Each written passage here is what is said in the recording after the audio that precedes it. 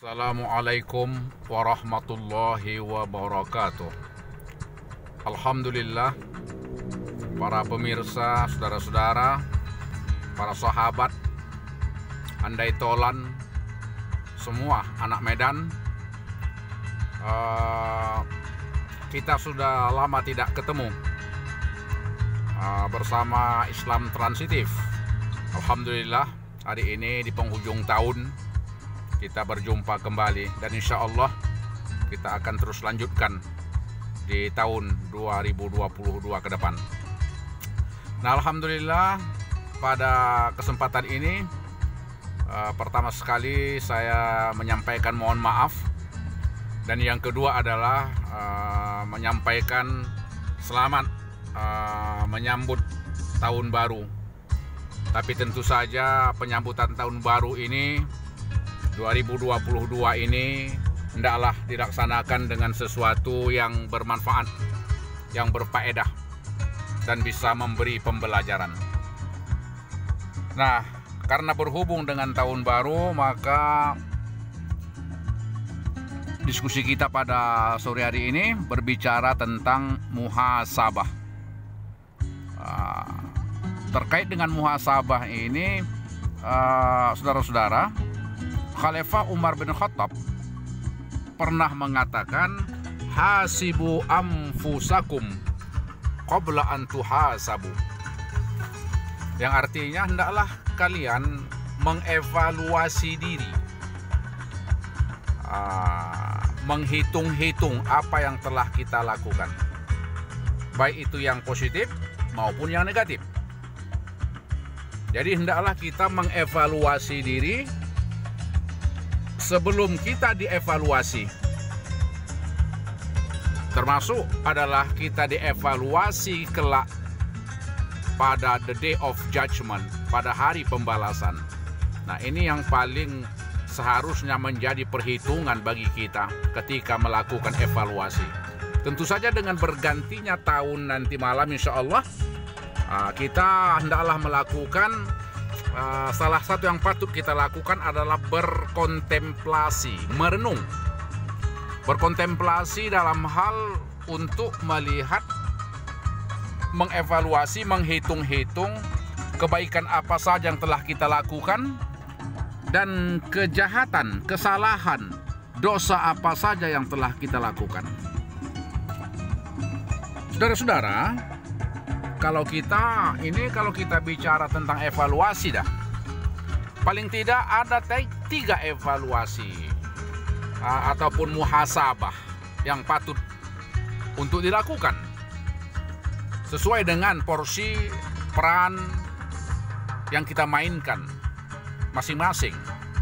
Nah, salah satu evaluasi itu saya sebut dengan personal evaluation, muhasabah pribadi. Artinya apa? Dalam konteks muhasabah pribadi ini begini.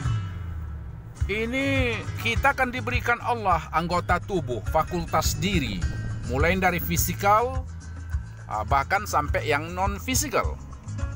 Mulai dari katakanlah dari mata, hidung, telinga, tangan, kaki, dan seluruh anggota tubuh.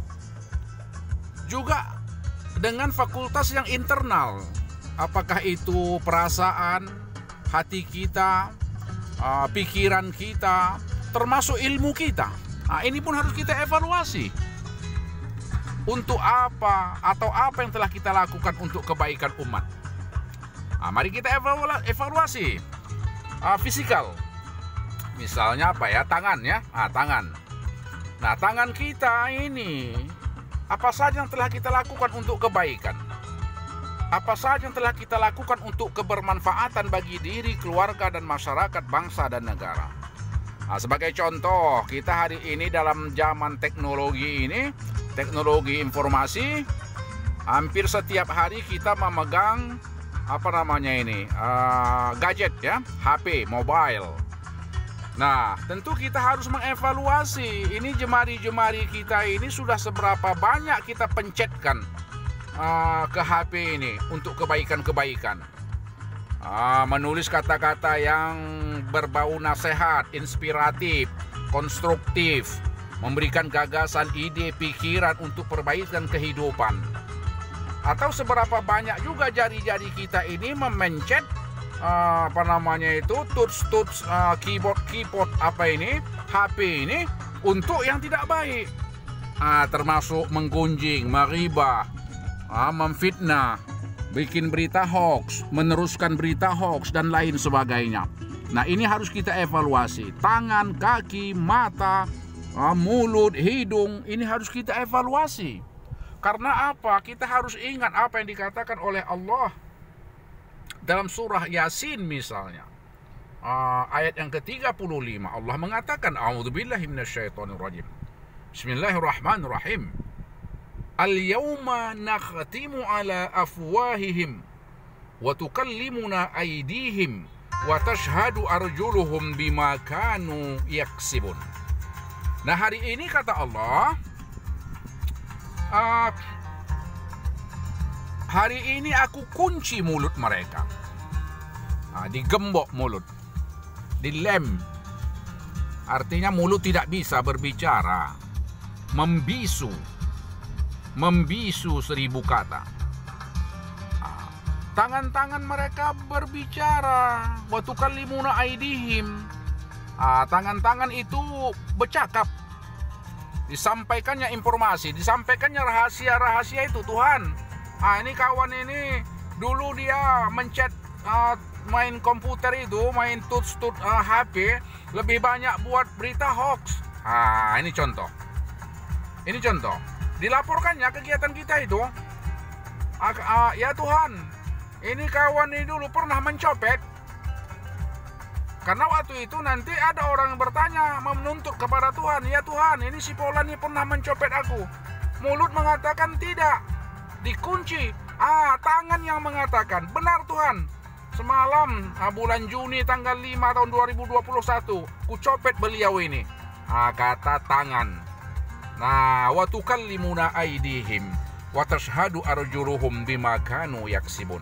Artinya mari kita evaluasi, karena semua anggota tubuh kelak akan memberikan pertanggungjawaban.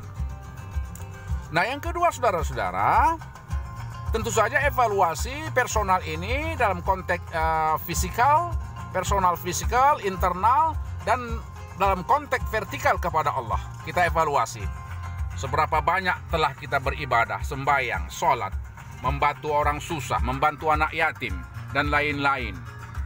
Jangan anak yatim saja yang kita bantu. Anak yatim itu yang perlu dibantu. Tapi yalah, kalau sudah kita bantu anak yatim, biasanya mengikut membantu anak yatim. Nah, artinya sudah seberapa jauh kita buat pengabdian kita kepada Allah, ibadah, puasa, zakat, dan lain sebagainya. Nah, saudara-saudara, evaluasi yang kedua adalah horizontal evaluation. Evaluasi dalam konteks kehidupan bermasyarakat. Kalau kita misalnya tinggal di Medan ini kita kan ya banyak rumah di Medan ini hanya berbatas tembok saja, dinding, batu bata. Artinya rumah kita sangat berdekatan sekali dengan rumah tetangga. Beda 1 jengkal, jarak 1 jengkal saja. Nah, ini harus kita evaluasi seberapa jauh kita telah membuat tetangga kita itu tenang, nyaman dengan kehadiran kita di situ. Apa yang telah kita lakukan, apa yang telah kita berikan kepada tetangga kita, apakah kebaikan? Misalnya, kalau saudara-saudara beli durian, apakah selama ini saudara hanya mengirim baunya saja, aromanya saja kepada tetangga? Atau juga buah duriannya, kolak duriannya, gulai duriannya pun saudara kasih atau tidak? Atau hanya baunya saja yang sampai kepada tetangga?